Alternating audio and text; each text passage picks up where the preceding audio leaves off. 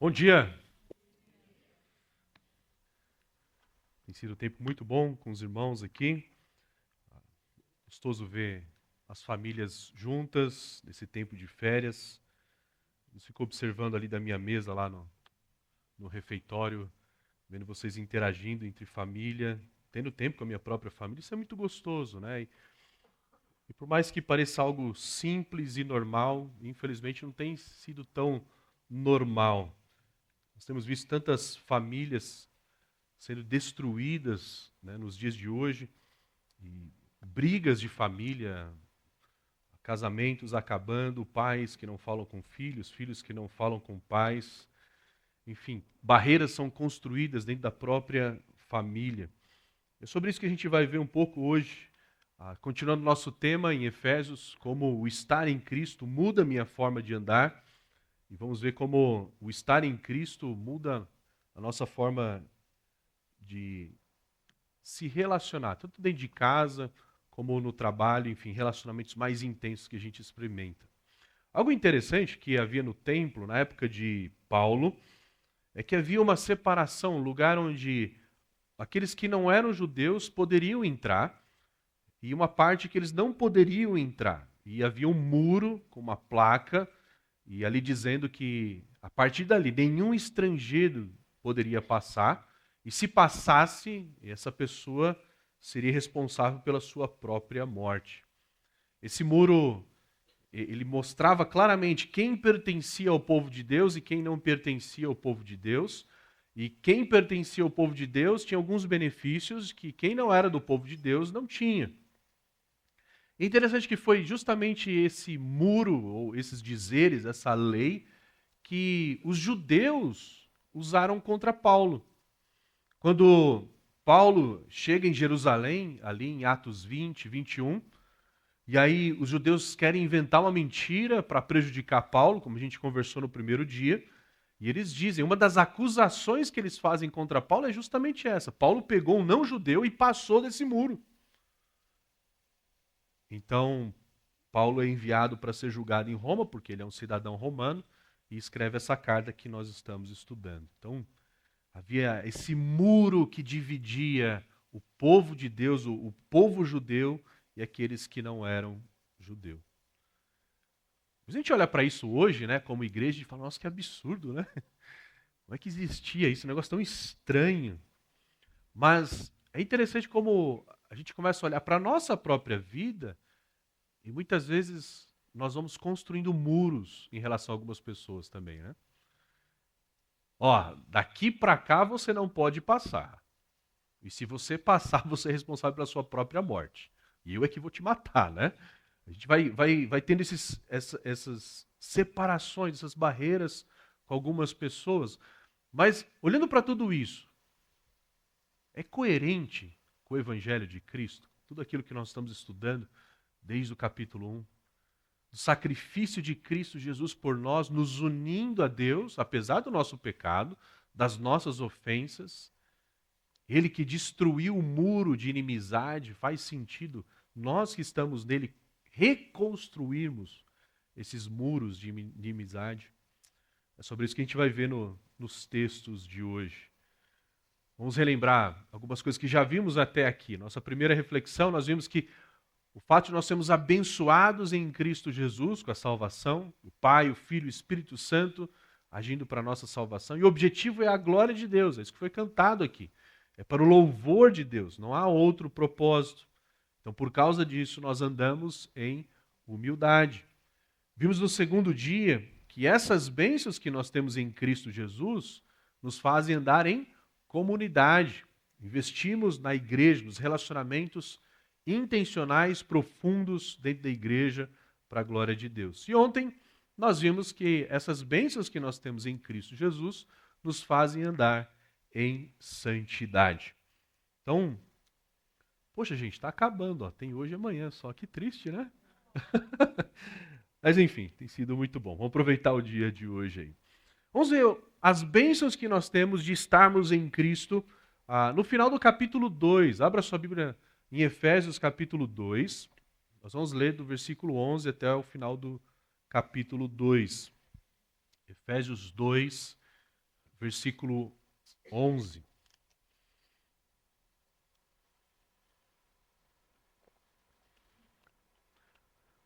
Diz assim a palavra de Deus, Efésios 2, 11.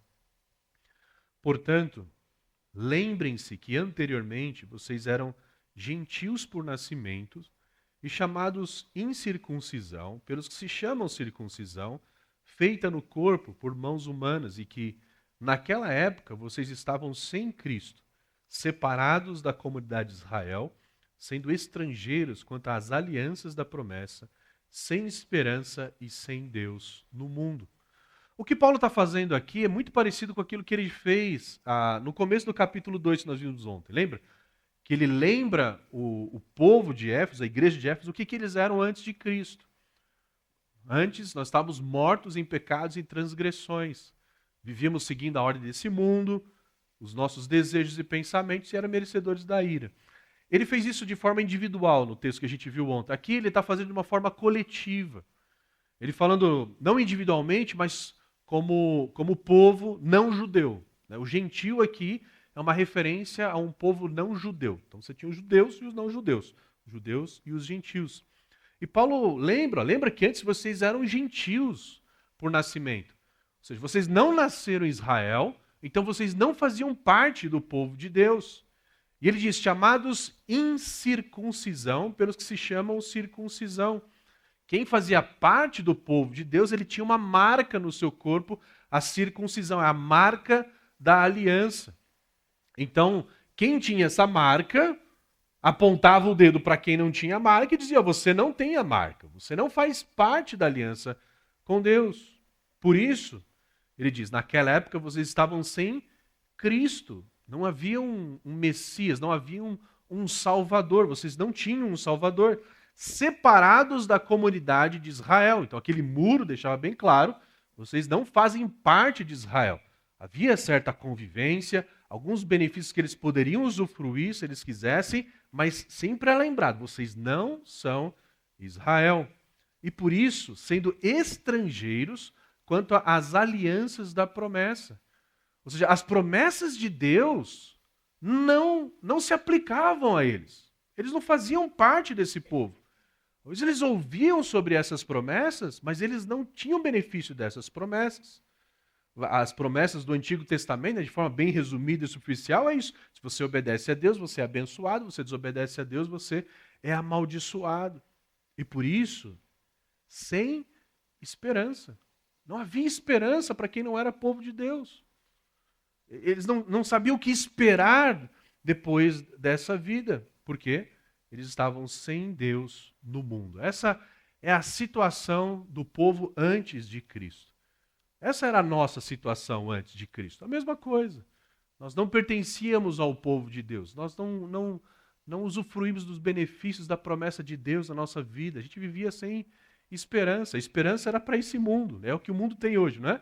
Eles fazem o que fazem, nós conversamos ontem, porque desejam, porque para eles a vida é curta o quanto antes, então você não tem esperança para depois, você não sabe o que vai acontecer depois.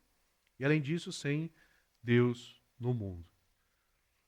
E aí então entra o Evangelho, versículo 13. Mas, agora, em Cristo Jesus, vocês que antes estavam longe, foram aproximados mediante o sangue de Cristo.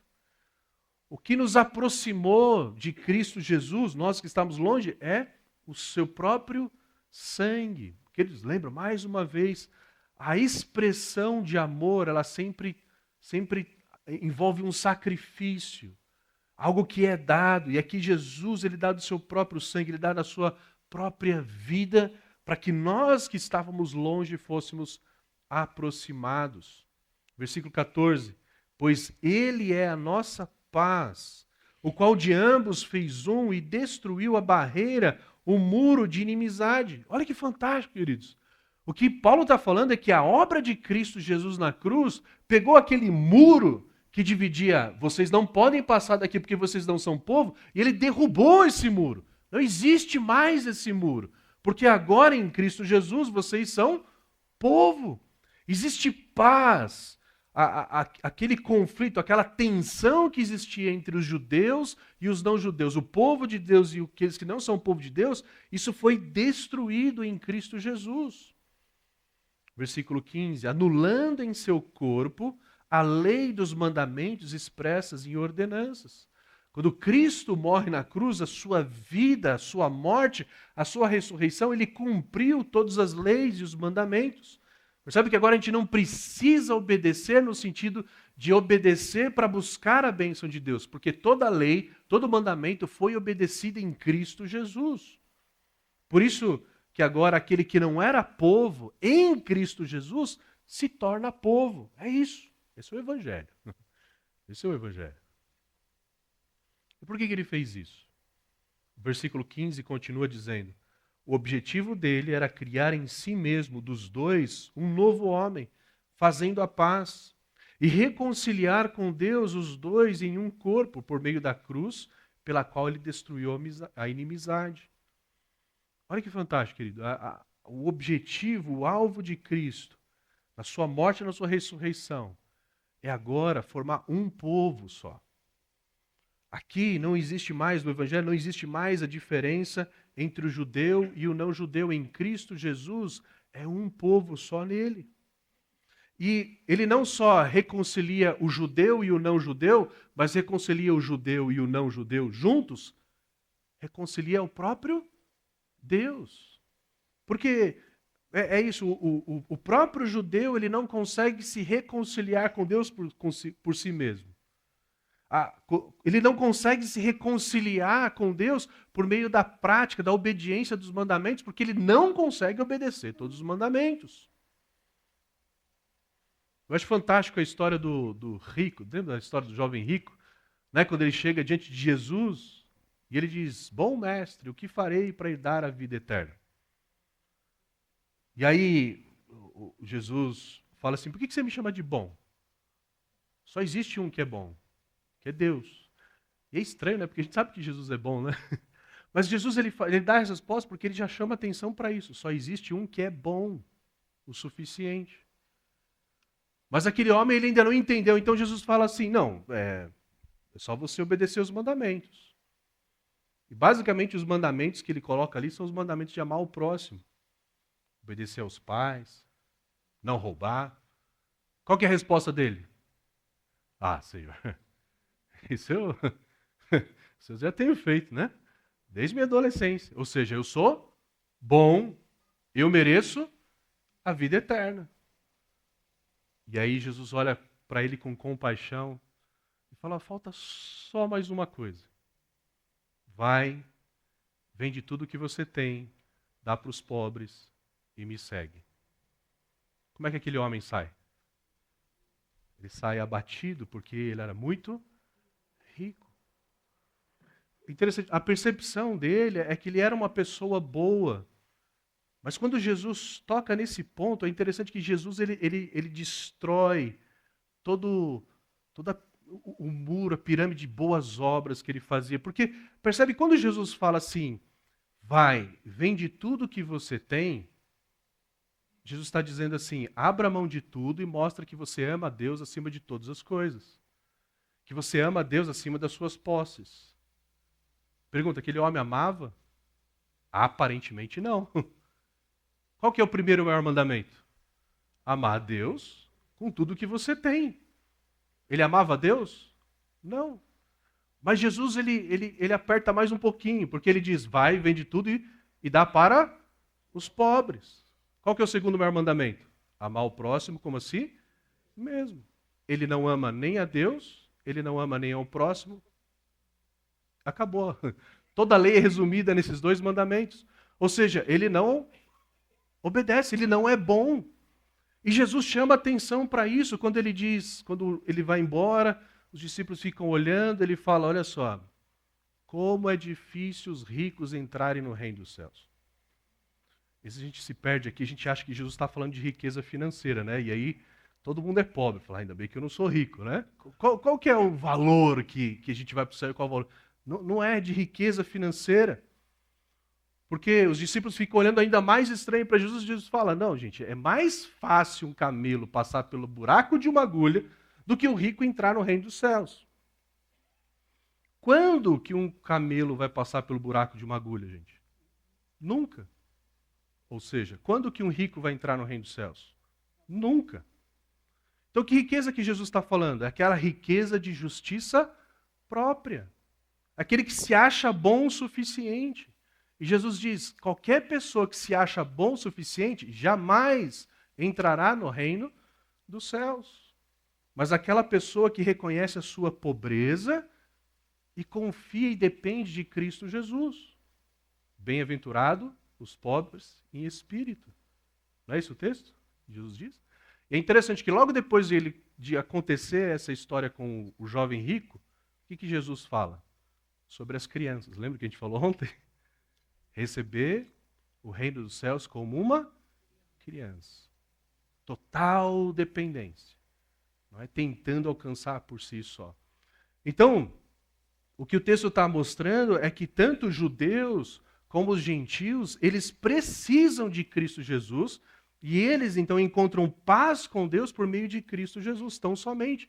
Jesus iguala aqui judeus e gentios quanto à necessidade das suas obras. Olha o versículo 17. Ele anunciou a paz a vocês que estavam longe e paz aos que estavam perto, pois por meio dele, tanto nós, judeus, como vocês, gentios, temos acesso ao Pai por um só Espírito. Queridos, em termos do Evangelho, em termos de necessidade de Cristo, toda a humanidade é nivelada. Todos precisam. O que Paulo vai falar lá em Gálatas, não há mais homem ou mulher, escravo ou livre, judeu ou grego, todos são justificados apenas em Cristo Jesus. É isso que a obra de Cristo faz. E o resultado, gente, o resultado é fantástico. Olha como é que ele termina o capítulo. Portanto, vocês já não são estrangeiros, nem forasteiros, mas concidadãos dos santos e membros da família de Deus, edificados sobre o fundamento dos apóstolos e dos profetas, tendo Jesus Cristo como pedra angular, no qual todo edifício é ajustado e cresce para tornar-se um santuário santo no Senhor. Nele, vocês também estão sendo edificados juntos para se tornarem morada de Deus por seu Espírito.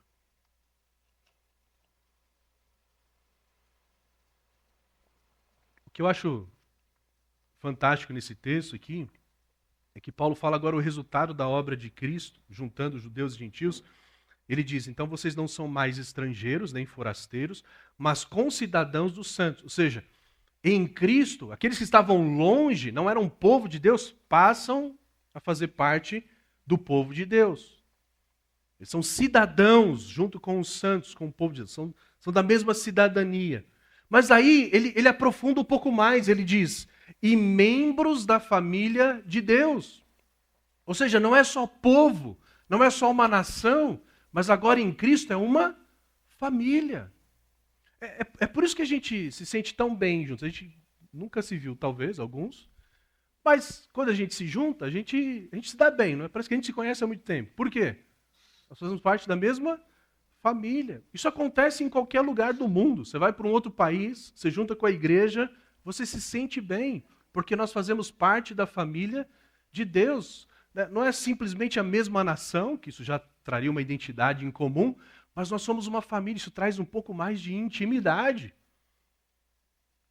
Mas fica melhor, olha o versículo 20. Edificados sobre os fundamentos dos apóstolos e dos profetas, tendo Jesus Cristo como pedra angular. Agora, ele passou da ilustração de um povo para a ilustração de uma família, mas agora ele passa para a ilustração de um edifício. Um edifício que ele é construído e o alicerce, o fundamento ali, são os apóstolos e profetas, ou seja, o Antigo e o Novo Testamento. A palavra de Deus é o alicerce dessa edificação, tendo Jesus Cristo como pedra angular. A pedra que sustenta todo edifício é Cristo Jesus. Essa é a descrição da igreja, não é? O que é a igreja de Cristo? A igreja de Cristo é que crê em Cristo Jesus como pedra angular, é a afirmação de Pedro, lembra? Tu és o Cristo, o Filho do Deus vivo. Então a igreja de Cristo é formada por aqueles que creem que Jesus é o Messias, é o Salvador, o Filho de Deus divino. Essa é a igreja cristã. E nós somos baseados na palavra de Deus, Antigo e Novo Testamento. Então não somos apenas família, mas nós somos um edifício. Está sendo edificado com pedras vivas, Pedro vai dizer, não é? Cada um de nós um bloco vivo nessa edificação. Mas o que é essa edificação? O que é esse edifício? Qual é o propósito dele? Versículo 21, no qual todo edifício ajustado e cresce para tornar-se um santuário santo no Senhor. Ou seja, a construção, essa construção que Paulo está comparando, que agora nós fazemos parte, é um santuário. Olha que fantástico, gente. Olha de um extremo para o outro. Nós nem éramos povo, nem tínhamos Deus, em Cristo Jesus fomos aproximados. E olha só, nós somos feitos povo, família, e nós somos o santuário do Senhor. O que é um santuário? O santuário é um local separado, reservado ali para adoração a Deus. No Antigo Testamento, o santuário era um lugar fixo, ou no tabernáculo, ou depois ali no templo. Você não podia adorar a Deus onde você queria. Não, você precisava ir até lá, o santuário, e prestar a sua adoração. Então, agora, a igreja, esse povo que foi unido em Cristo Jesus, é esse povo, é nesse lugar que Deus é adorado. Nós conversamos 2 dias atrás sobre a importância da igreja, não conversamos? Olha só, a igreja é o santuário, e aí estou falando da igreja, a união do povo, não estou falando agora do prédio, certo? Não é o prédio, mas a união do povo é onde acontece a adoração. Fora do santuário não tem adoração, queridos. Fora da igreja, não estou falando do edifício, estou falando do ajuntamento da igreja, o ambiente da igreja, o relacionamento da igreja. Fora da igreja não existe adoração a Deus. Mas fica melhor. Olha o último versículo. Nele, em Cristo, vocês também estão sendo edificados juntos para se tornarem morada de Deus por seu Espírito. Na verdade, quando a gente estuda sobre santuário na Bíblia, o tempo todo o santuário é o lugar que representava a presença de Deus. Deus andava e caminhava com Adão e Eva no jardim, no final da tarde, ali estava a presença de Deus, mas o pecado os expulsou da presença de Deus. Depois nós temos a manifestação da presença de Deus no tabernáculo. Lembra o tabernáculo? E ali, o tabernáculo era uma tenda santa, tinha todas as medidas certas, como seria carregado, como seria construído, porque ali dentro do tabernáculo tinha um lugar onde era chamado o Santo dos Santos, lembra disso? Onde tinha a Arca da Aliança, porque ali representava a presença de Deus. Onde ficava o tabernáculo? No centro do acampamento. Não era qualquer um que podia entrar ali na presença de Deus. A mesma coisa aconteceu depois no templo. No lugar fixo também havia o Santo dos Santos, o véu que separava a presença de Deus e até onde a gente podia chegar. Mas aí quando Cristo Jesus morreu, o véu foi rasgado. Nós temos livre acesso à presença de Deus e essa presença se manifesta na igreja. Não estou falando de prédio. Estou falando do ajuntamento dos crentes em Cristo Jesus. Ali se manifesta a presença de Deus. Os irmãos estão entendendo? A igreja é o santuário, é onde Deus habita.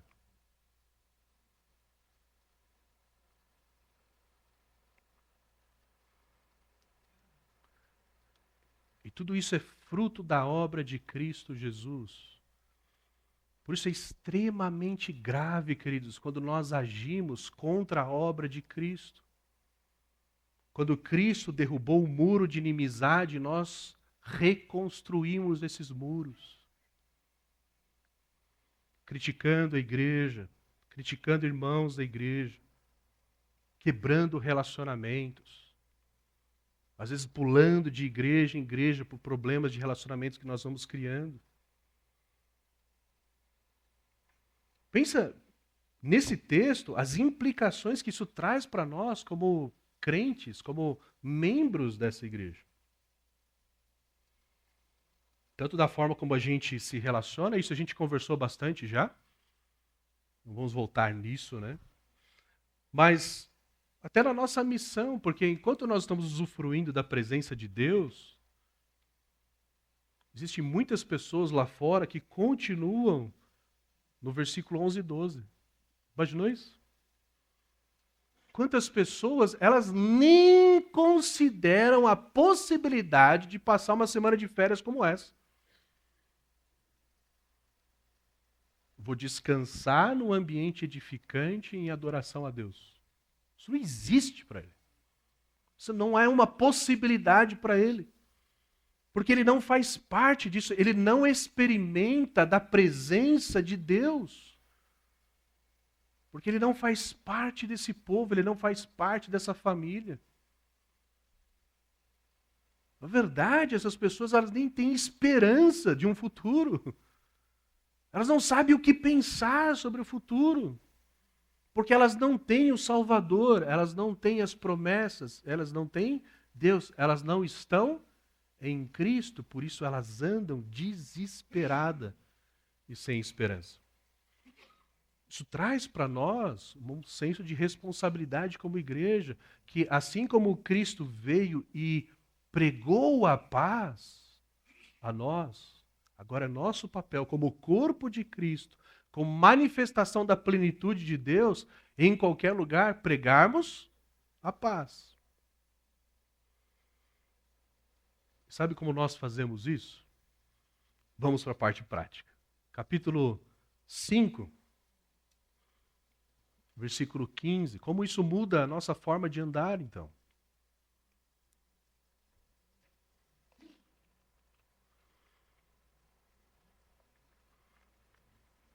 Paulo diz em Efésios capítulo 5, versículo 15: tenham cuidado com a maneira como vocês vivem, que não sejam como insensatos, mas como sábios.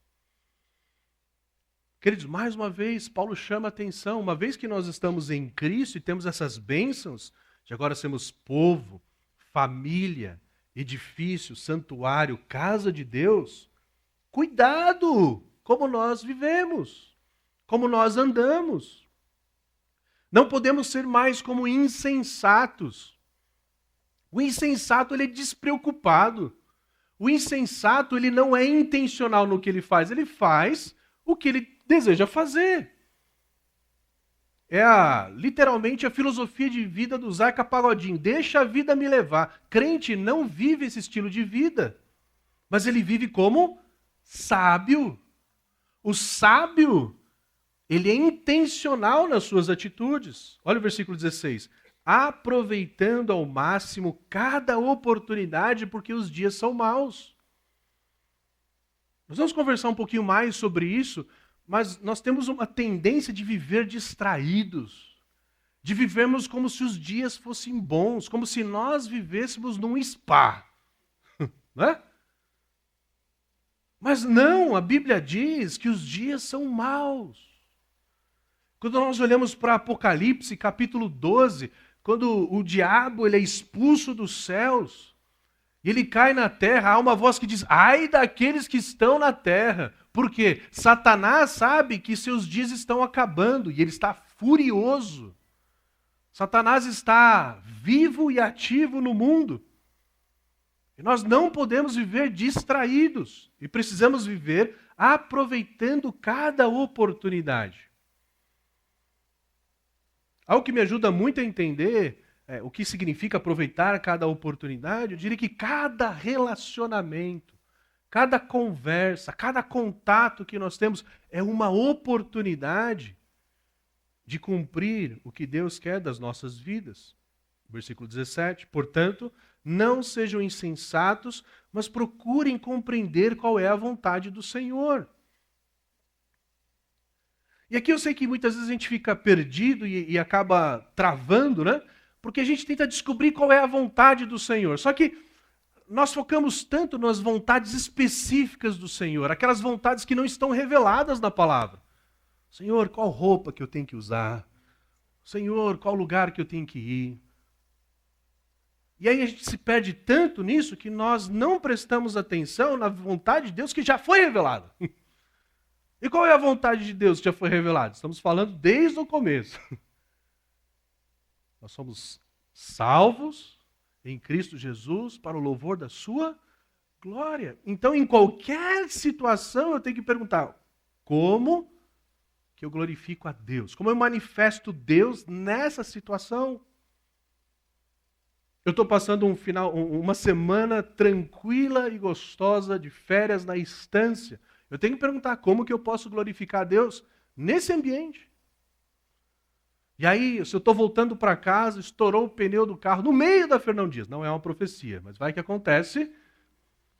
Quando estourou o pneu, não é, mas essa. É, Senhor, como que eu posso glorificar ao Senhor aqui, nessa situação? De repente vai parar lá o guincho da Fernão Dias, o cara vai ajudar e é uma oportunidade de investir na vida dele. De ser educado, de ser intencional com ele. De agradecer pela ajuda dele, de falar, sabe de onde eu estou vindo? Lá da estância, a Palavra da Vida. Conhece a Palavra da Vida? E aí você aproveita para pregar o Evangelho. Posso orar por você, pelo seu trabalho aqui, e te agradecer a Deus pela sua vida, e o impacto que faz isso na vida de um Senhor que talvez você nunca conheceu. É chegar em casa, voltar para a igreja e poder compartilhar desse momento, daquilo que você aprendeu, de como foi bom, e incentivar, encorajar, edificar as pessoas.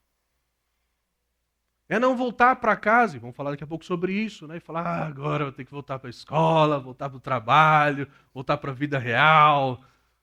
Não, a vida real são oportunidades de fazer a vontade de Deus.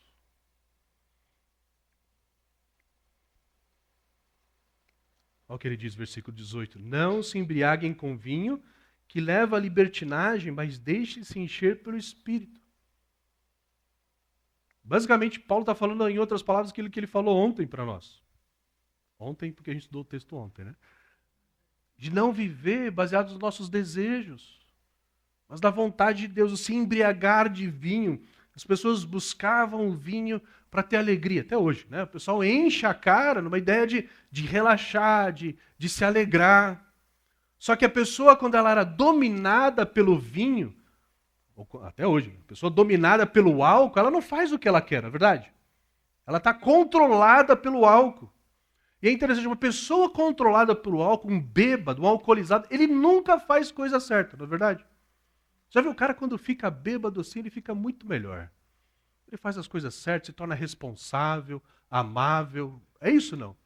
Não, o texto diz, o vinho leva a libertinagem. Uma pessoa controlada pelo álcool, ele só vai fazer besteira. Queridos, quando nós não estamos sendo controlados pelo Espírito Santo, somos controlados pelo nosso próprio coração, a gente não faz coisa boa. Já aconteceu alguma vez, você passou o dia distraído, nem lembrou de Deus, não fez devocional, não orou, a rotina te engoliu, você fez. Chegou no final do dia, você falou, rapaz, nem prestei atenção, mas olha quanta coisa boa eu fiz para a glória de Deus hoje. Já fez isso? Geralmente é o quê?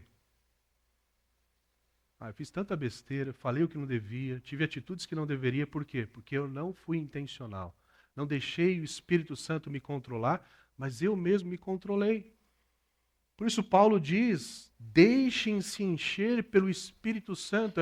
É uma atitude constante, não é uma vez só. Não é uma oração que se faz aqui na estância e aí o resto do ano você é controlado pelo Espírito Santo. Mas é constantemente, Senhor, controla a minha vida, que o Espírito Santo controle a minha vida. Porque quando o Espírito Santo controla a minha vida, eu vou agir em semelhança a Deus. Porque o que o Espírito produz em nós? Amor, alegria, paz, paciência, amabilidade, bondade, mansidão, domínio próprio. Então Paulo está dizendo, uma vez que nós em Cristo fomos aproximados, somos povo, família, edifício, santuário, casa de Deus, então não podemos viver de qualquer jeito, mas viver sob o controle do Espírito Santo. Como? Versículo 19. Falando entre si com salmos, hinos e cânticos espirituais, cantando e louvando de coração ao Senhor, dando graças constantemente a Deus Pai por todas as coisas em nome de nosso Senhor Jesus Cristo.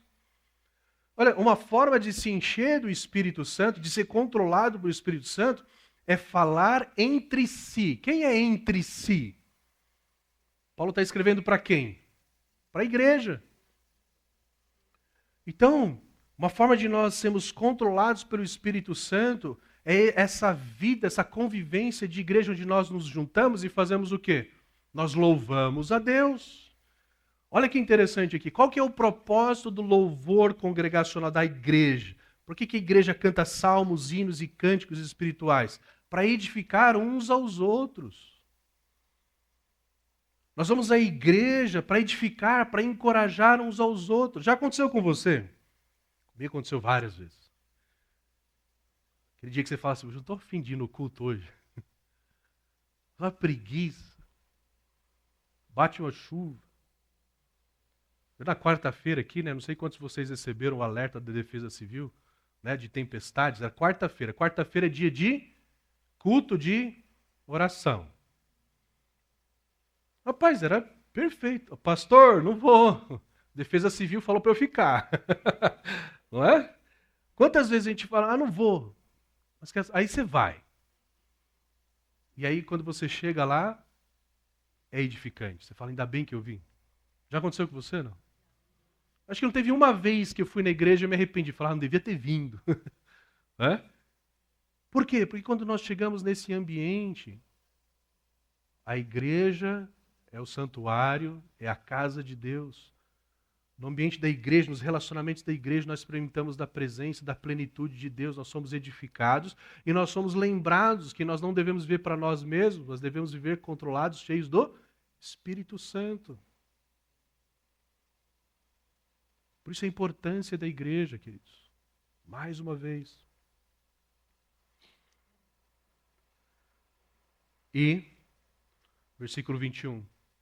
Sujeitando-se uns aos outros por temor de Cristo.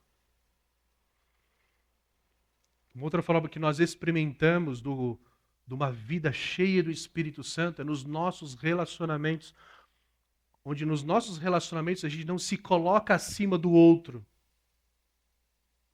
Onde a gente não usa os nossos relacionamentos e sujeita o outro àquilo que eu quero. Mas eu me sujeito ao outro para servi-lo, porque isso expressa o Evangelho. Os problemas de relacionamento, eles acontecem porque é uma disputa de poder, uma disputa de quem está por cima, uma disputa de quem sujeita o outro. Mas no Evangelho, nós aprendemos o contrário. Jesus, quando ele começou a ensinar os seus discípulos, né, ó, gente? Agora que vocês entenderam que eu sou o Messias, deixa eu explicar o que o Messias veio fazer. E ele começa a explicar, ó, eu vou ser entregue na mão dos judeus, líderes religiosos, eu vou ser torturado, eu vou ser preso, eu vou ser morto. E aí quando Jesus ensina isso, aí depois ele pergunta, e vocês, o que vocês estão discutindo? E aí, o que eles estavam discutindo? Sobre quem era o maior, quem era o discípulo maior. Jesus fala, gente, vocês sabem que no mundo quem tem mais poder é quem manda e os outros se sujeitam. Não vai ser assim com vocês.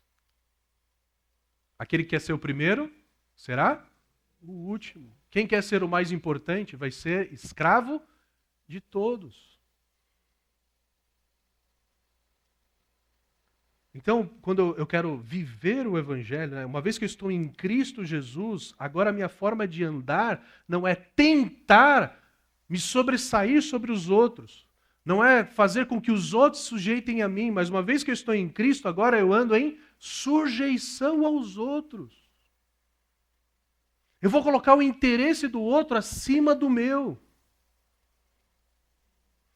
Isso em todos os relacionamentos da vida.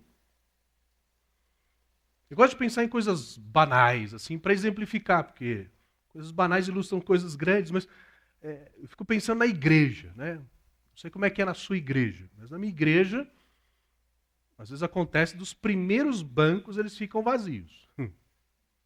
Aqui está assim. Né? Mas no contexto da igreja, o que acontece? Começa o culto, Chegam os irmãozinhos atrasados, o fundão está ocupado, e aí os membros têm que desfilar na igreja, no meio do culto, para sentar na frente. E aí uma vez, conversando sobre isso com a igreja, veio alguém e falou assim, pastor, mas eu cheguei na hora. Agora quem vai chegar atrasado, né? Quem vai chegar na hora então vai ser prejudicado de sentar lá na frente?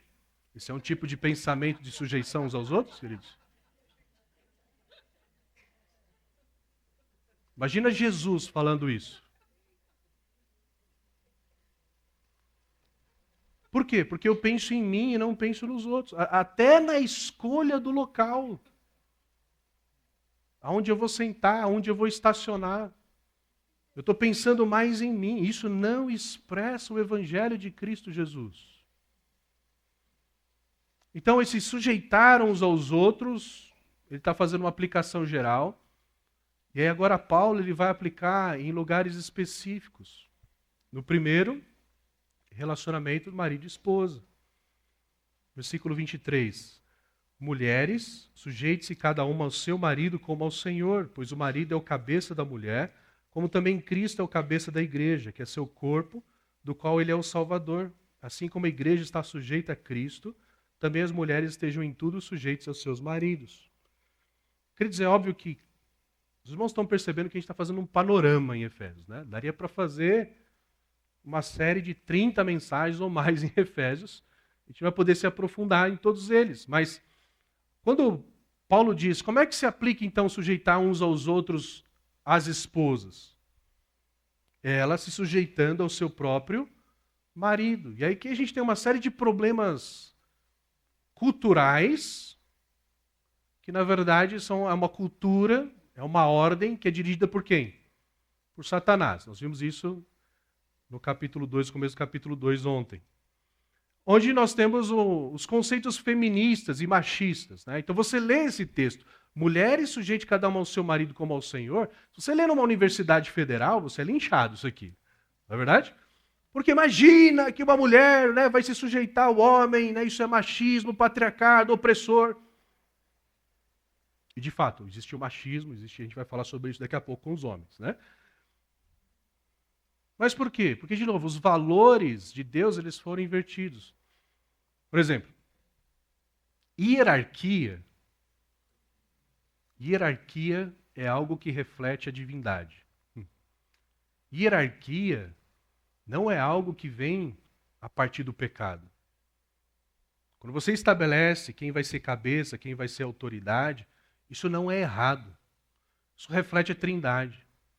Então, quando Paulo está dizendo aqui que o homem é o cabeça da mulher, ele está refletindo a própria trindade. 1 Coríntios capítulo 11, versículo 3, vai dizer que Deus, Pai, é o cabeça de Cristo. Pergunta, quem vale mais? Quem é mais importante?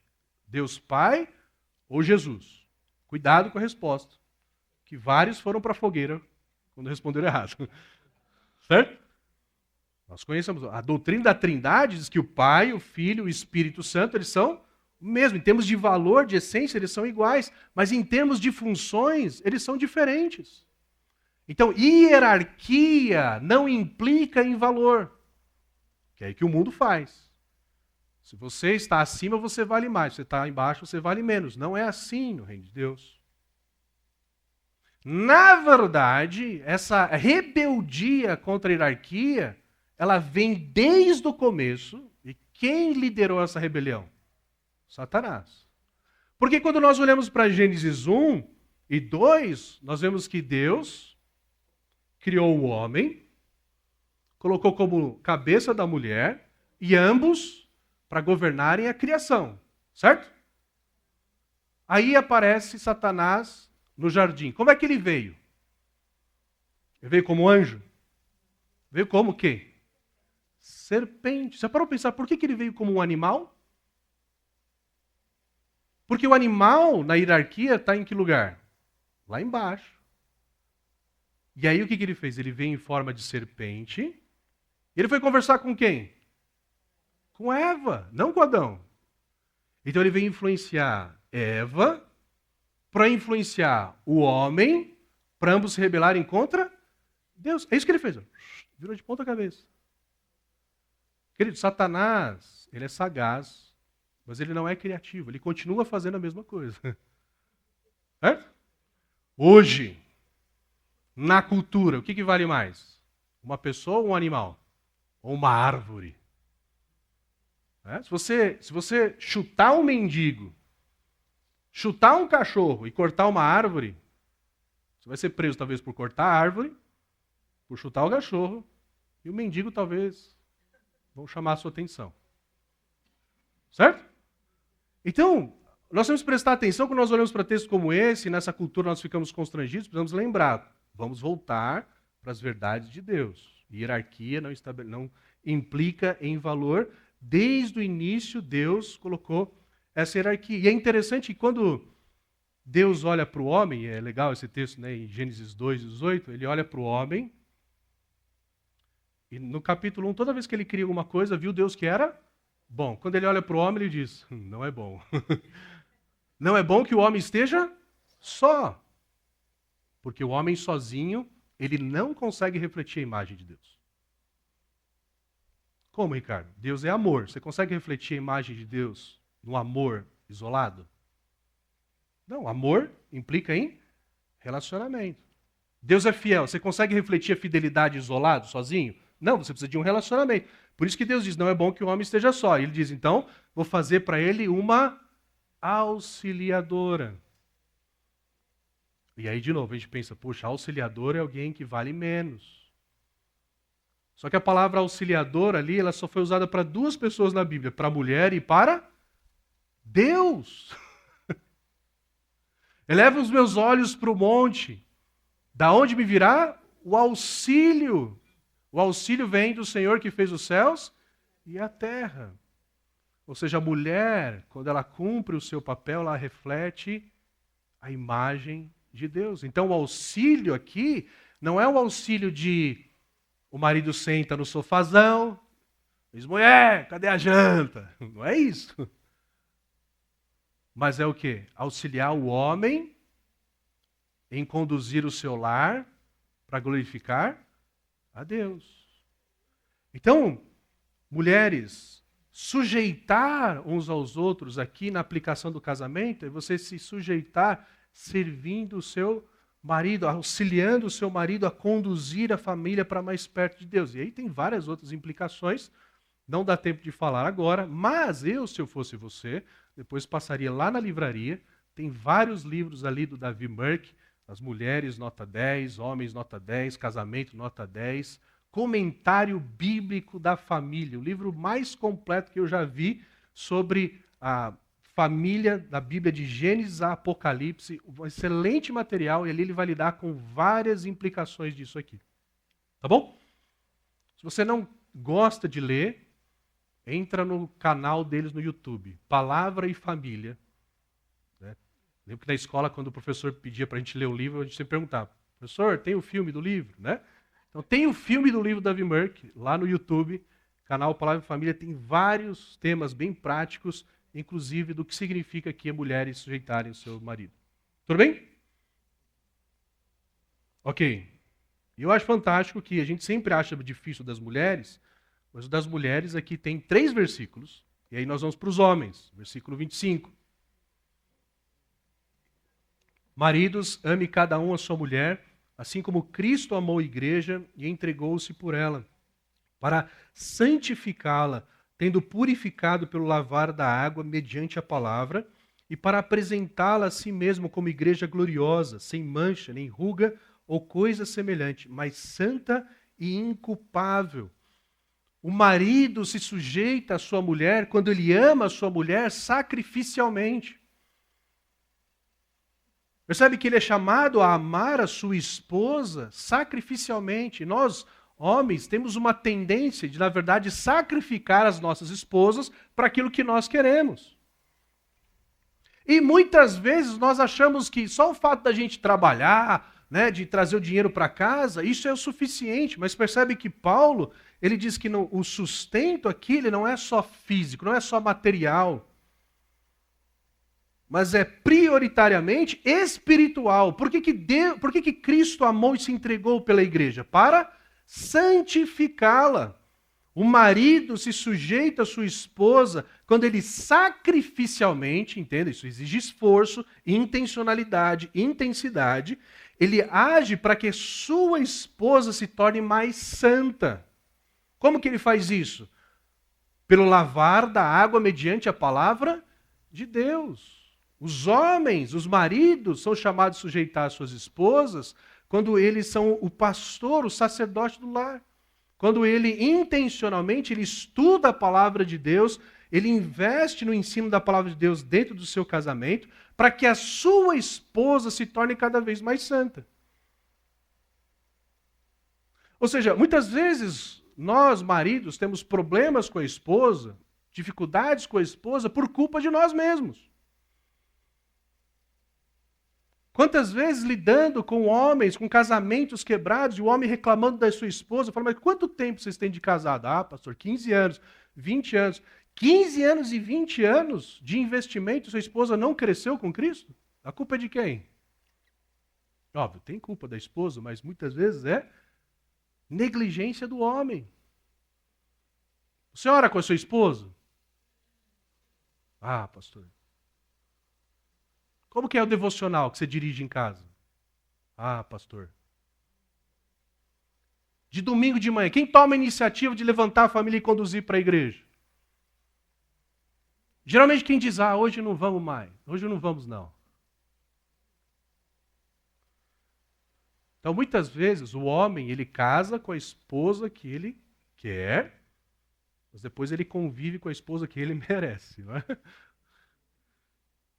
Porque nós somos chamados a esse ministério de ajudar nossas esposas a crescerem.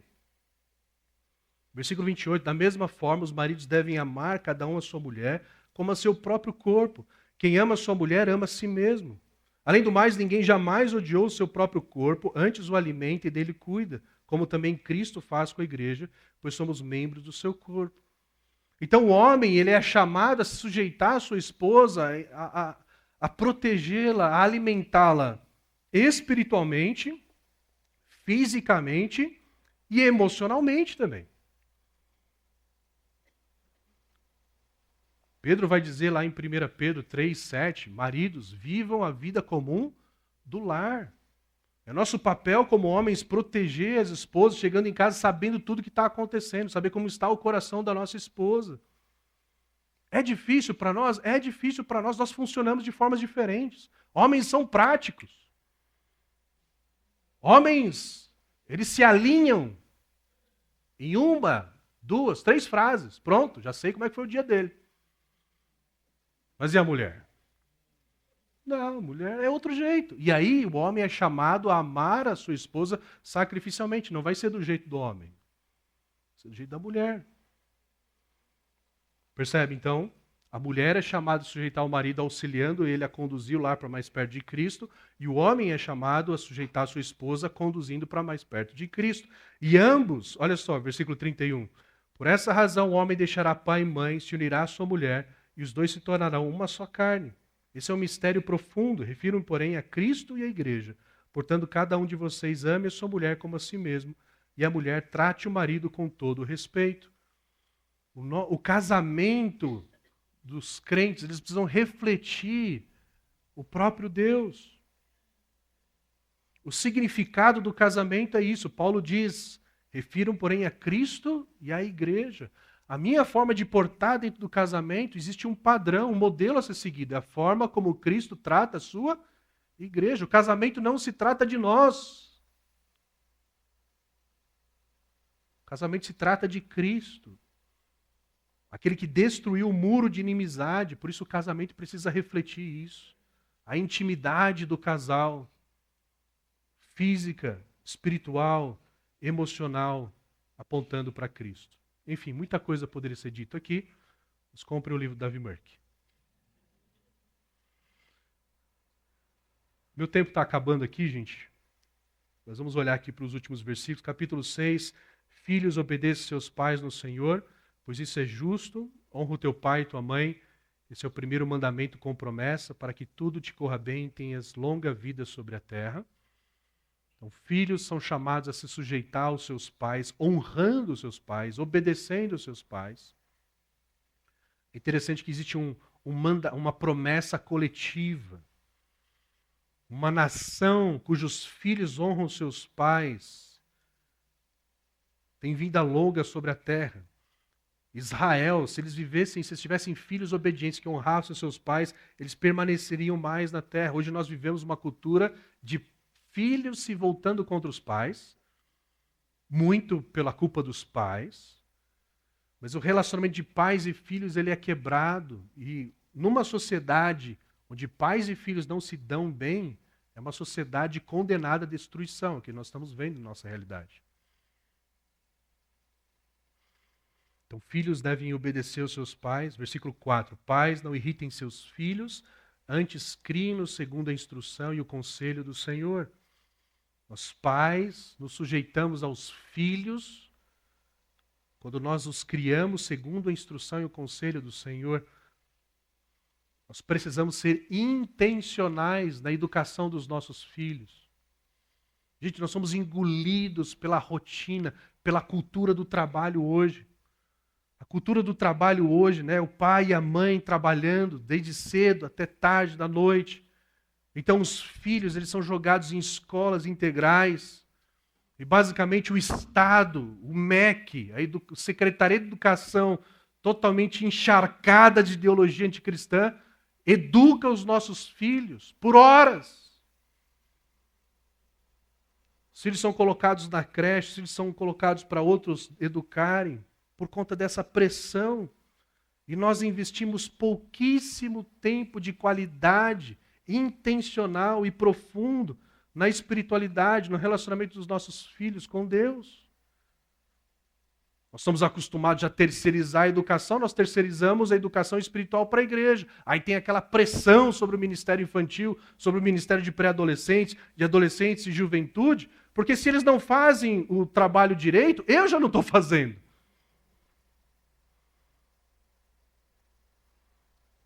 Sendo que os ministérios da igreja de juventude deveriam ser simplesmente de apoio aos pais. Porque o essencial tem que ser em casa. E, queridos, eu falo isso porque eu trabalhei com jovens tantos anos, e a gente conversando com os jovens fala, meu pai não tem conversas profundas comigo. Eu estou falando pai aqui porque aqui o texto está falando para pai, não para mãe. A gente achou que era só em relação aos esposos, nosso papel, né? Mas não, o homem é chamado a educar o seu filho. E ele diz, não irritem os seus filhos. Quando nós não disciplinamos os nossos filhos, nós não ensinamos a palavra de Deus, nossos filhos, eles ficam transtornados. E hoje nós temos uma crescente de adolescentes, pré-adolescentes e crianças tomando tarja preta. E eu digo convicção. Isso é porque nós, pais, temos falhado na proteção na mente e no coração dos nossos filhos. Porque entregamos os nossos filhos ao diabo.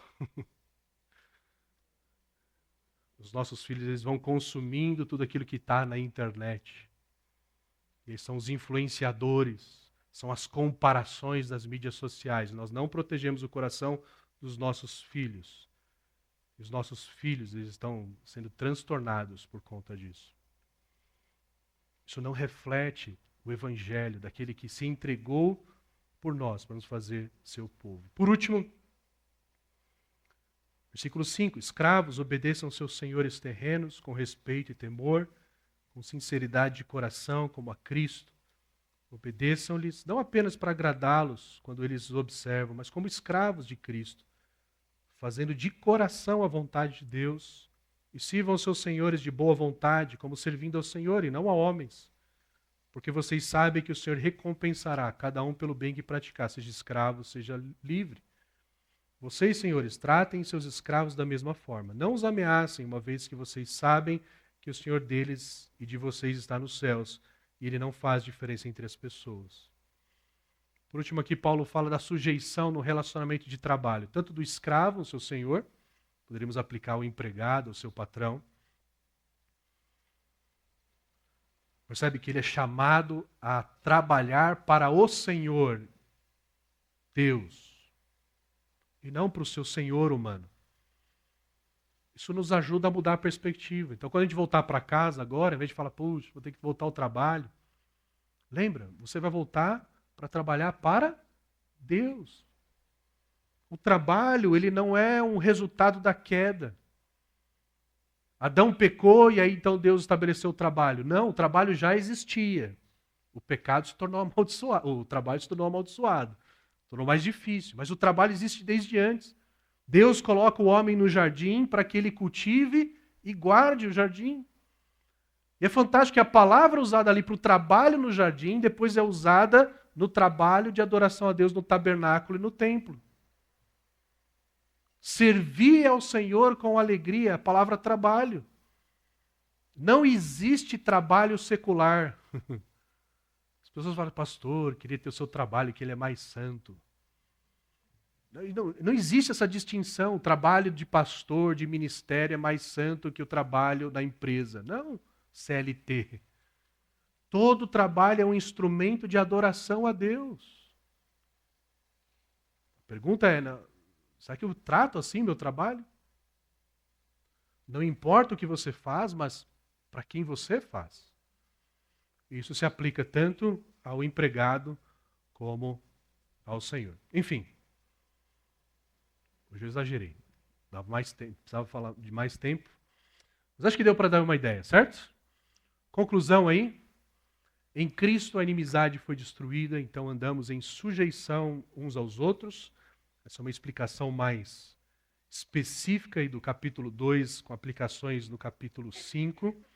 Mas dentro da nossa série aí, para se tornar mais fácil, nós dizemos que em Cristo nós somos abençoados para a glória de Deus, por isso andamos em sujeição uns aos outros. Começando dentro de casa, no nosso dia a dia, nossa rotina, mesmo no nosso trabalho. Que Deus nos ajude. Vamos orar? Obrigado, Deus, por esse tempo e te louvamos, Deus, pelas bênçãos maravilhosas que temos em Cristo Jesus. Porque antes nós nem éramos do teu povo. Nós nem tínhamos a tua promessa sobre nós. Nós não tínhamos esperança. Nós não tínhamos o Senhor como Deus das nossas vidas. Mas em Cristo Jesus, por meio do seu sangue, nós somos aproximados de ti. E nos tornamos não apenas teu povo, mas a tua família. Não apenas a tua família, mas o teu santuário, a tua casa. E podemos experimentar e manifestar a tua presença. Deus, isso é grande demais para nós. Por isso clamamos, Deus, que isso seja expresso em todos os nossos relacionamentos. Na nossa atitude de sujeitar aos outros, não tentar fazer os outros se sujeitarem a nós. Seja Deus dentro de casa, no nosso casamento, nosso relacionamento com os nossos filhos. Seja Deus, nossos relacionamentos profissionais. Que em tudo, Deus, a glória de Cristo seja manifestada na nossa vida. Nós pedimos isso por tua graça e misericórdia em Cristo Jesus. Amém.